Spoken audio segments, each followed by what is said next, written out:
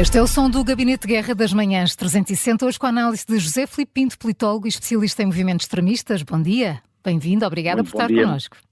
Muito bom dia, Maria João, bom dia, senhores ouvintes. Professor, ontem mais 3 países reconheceram o Estado da Palestina, Espanha, Irlanda e Noruega. O Ministro dos Negócios Estrangeiros de Israel criticou a posição, fala numa estupidez e chamou os embaixadores israelitas destes países para prestarem esclarecimentos ao governo de Tel Aviv.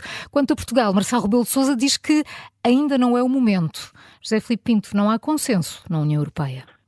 Não há consenso, Maria João, e mesmo que venha a haver um reconhecimento por parte da União Europeia, é bom que os senhores ouvintes percebam que não vamos assistir no imediato ao fim do conflito em Gaza. Vamos à posição portuguesa. O nosso presidente, o presidente Marcelo Rebelo de Sousa, falou que Portugal defende, e há muito que diz isso, a solução dos 2 povos e 2 Estados. O problema é percebermos quem são esses 2 povos.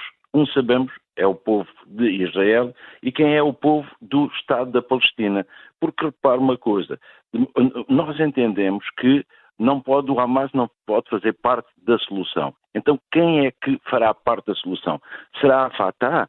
É que a Fatah, que é apresentada como um líder, portanto, credível, a Fatah foi criada no fim das décadas de 1950 e Fatah significa, pura e simplesmente, Movimento Nacional de Libertação da Palestina. E a Palestina, nesta visão, é desde o Jordão até ao mar.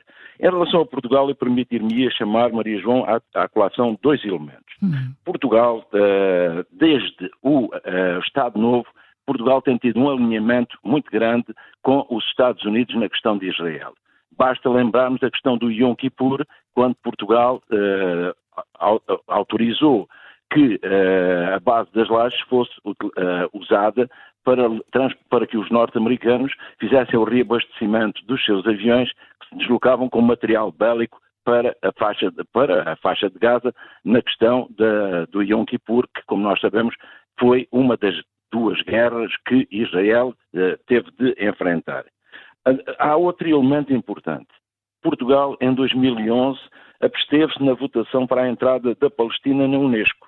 Porquê? Porque não quis afrontar a posição dos Estados Unidos.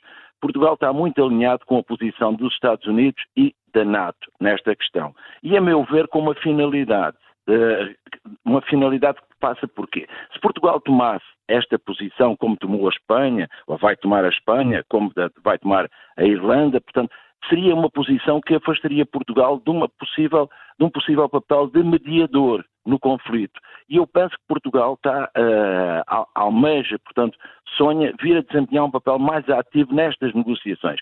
Até porque nós percebemos que uma das partes deste acordo, que foi o Egito, parece que alterou os termos do acordo. Quer dizer, apresentou a Israel, apresentou os termos algo diferentes ao Hamas. E por isso houve aquele problema de o Hamas aceitar os termos do acordo. Que não eram os que tinha Israel tinha proposto. E Israel, Maria João, não os podia aceitar porque não tinham sido aqueles que tinha rubricado. Eu penso que Portugal está a tentar colocar-se como um player que dispõe daquilo que podemos chamar a neutralidade suficiente em relação às 2 partes. E por isso mesmo nós temos de perceber que é uma posição muito prudente. E a diplomacia portuguesa, neste ponto, costuma ser precisamente isso, prudente. Quanto à guerra na Ucrânia, José Filipe Pinto, Londres diz ter provas sobre a China fornecer ajuda letal à Rússia, mas os Estados Unidos afastaram-se da acusação do Reino Unido.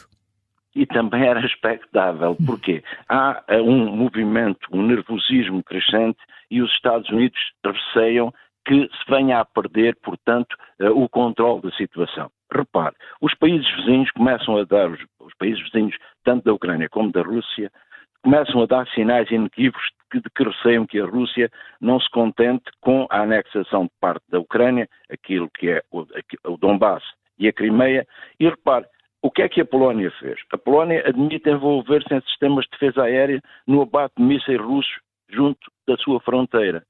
O que fez a Suécia? A Suécia alertou que a Rússia pode vir a querer controlar, dominar a ilha de Gotlândia e isso permitir-lhe dominar toda a navegação no Báltico, com a agravante dessa ilha, a Gotlândia, estar a 330 quilómetros em linha reta de Kaliningrado. E nós sabemos que é nesse enclave que a Rússia tem, portanto, a sua frota, ou se preferimos o quartel-general da frota russa no Mar Báltico. Depois é também a questão da Lituânia, que fala na possibilidade de haver uma guerra híbrida, uma ação híbrida por parte para escalar o da conflito, Rússia. não é? Com a NATO e a União Europeia. Exatamente. E repare, Zelensky teve uma afirmação na entrevista ao Times que temos de ver com muito cuidado. O que é que Zelensky chamou à colação? Qual foi o comportamento dos Estados Unidos, mesmo da Inglaterra, relativamente aos drones e mísseis iranianos que atacaram Israel? Abateram-nos. E então o que neste momento Zelensky foi pedir é que forças da NATO, aviões da NATO, abatam também os drones, os mísseis russos, desde que em solo ucraniano, ou no ar ucraniano, no espaço aéreo ucraniano. E isto significa o quê? Ele diz não é entrar a NATO na guerra, porquê? Porque está a abater, não está a matar pilotos russos, não está a abater aviões russos, está a abater drones e mísseis que estão a sobrevoar um espaço da Ucrânia. Mas depois pede outra coisa, pede que aquele armamento que lhe está a ser fornecido com um embarque parcial, que é apenas um armamento de defesa, possa ser utilizado também para ataque em território russo. O que é que isto quer dizer, Maria João? É que a Rússia está numa guerra total e a Ucrânia diz que, pelas condições de receber material, está proibida de entrar nessa guerra total. Está numa guerra defensiva enquanto a Rússia está numa guerra ofensiva. Isto tem muito a ver com a questão de que a Rússia está a atacar as posições militarmente estratégicas, mas também infraestruturas, por exemplo, as infraestruturas elétricas, também energéticas, também zonas civis, para criar a insegurança e para baixar o moral das forças ucranianas. E a Ucrânia não pode fazer isto. Chegaram-lhe agora armas, cheias de munições, mas essas munições vão permitir a defesa, o tentar reter a invasão russa e não contra-atacar. O que parece que estamos aqui é num jogo em que verdadeiramente a Ucrânia fala numa cimeira de paz, mas eu acho que aquilo não é bem paz, é faz de conta. Pois. E faz de conta porquê? Porque a Rússia não vai estar presente, nem os seus aliados, nessa cimeira. E há um desejo grande de Zelensky, desde o início, de arrastar a NATO para o conflito. E do outro lado temos de perceber que temos Putin. Putin, a meu ver, neste momento joga em 3 tabuleiros simultaneamente. Joga no Mar Báltico, para quê? Para aquele D que é o distract, o distrair, o afastar as atenções do seu foco principal. E para mim, desde o início, o foco principal é ficar com a zona do Donbass e com a Crimeia. Depois joga com as armas nucleares táticas junto à fronteira com a Ucrânia. Para quê? Precisamente para dissuasão. E finalmente, e esse é o dado mais importante, ataca Kharkiv. E ataca Kharkiv para quê? Para mostrar que pode, se quiser, conquistar a cidade, mas não vai conquistar, segundo o que ele diz, porque o que lhe interessa é o valor estratégico e o criar dentro das forças armadas ucranianas um grande clima de instabilidade, de insegurança, porque temos de perceber que estas forças, Maria João, estão perfeitamente exaustas. É um tempo muito grande na frente de combate e, como eu disse há pouco, não se ganham estas guerras apenas na frente de combate. Estas guerras hoje são tudo guerras híbridas e é preciso percebermos que a Ucrânia, neste momento, está a caminhar para a exaustão. Professor José Filipe Pinto, muito obrigada pela análise no Gabinete de Guerra da Rádio Observador. Um bom dia, professor.